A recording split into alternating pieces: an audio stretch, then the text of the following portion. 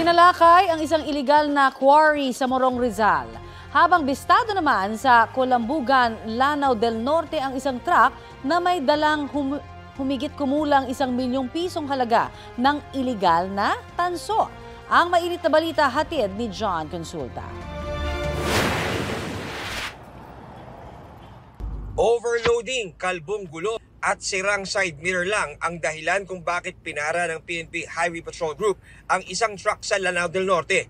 Nang kausapin na ang driver at pahinante na bistong may tinatago pala ang sakay nilang container sa kanilang truck. Doon po talaga na pag-alaman na wala po talaga silang pinangahawakan ng kahit anong papel at doon na po tumambad itong 576 na unprocessed coppers na nakalagay po sa mga sako. More or less mga nasa worth 1 million pesos. Ito pong kabuuan po, dito po mga nahuli po ng yung PNP HPG. Nakikipag-ugnayan sa DENR ang HPG para matukoy ang pinagmulan ng mga naharang na iligal na kargamento. 3 po ang nahuli po ng yung PNP HPG. Meron pong isa po na at large or isa pong pahinante na pinaghahanap po. Sila po ay naharap sa Republic Act 7942 or yung tinatawag po natin Philippine Mining Act of 1995. Bistado rin ng NBI at DENR ang illegal quarry na ito sa Morong Rizal.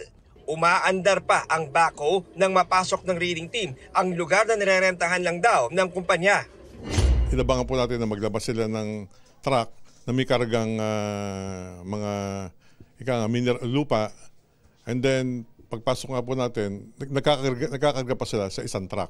Kunwari po sila trading lang, may mga tambak po ng buhangin, na ang tambak po ng buhangin nila ay napakataas, na hindi mo makikita yung nasa likod ng buhangin na yon.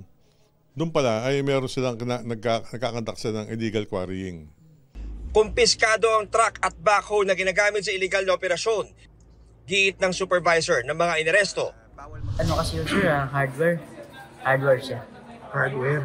Pero naghuhukay ba kayo doon? Wala sir, ano lang, processing lang. So tambak-tambak lang ng lupa? Opo. Yung kaso po nila ay violation po ng Republic Act 7942 o yung Philippine Mining Act. John Consulta, nagbabalita para sa GMA Integrated News.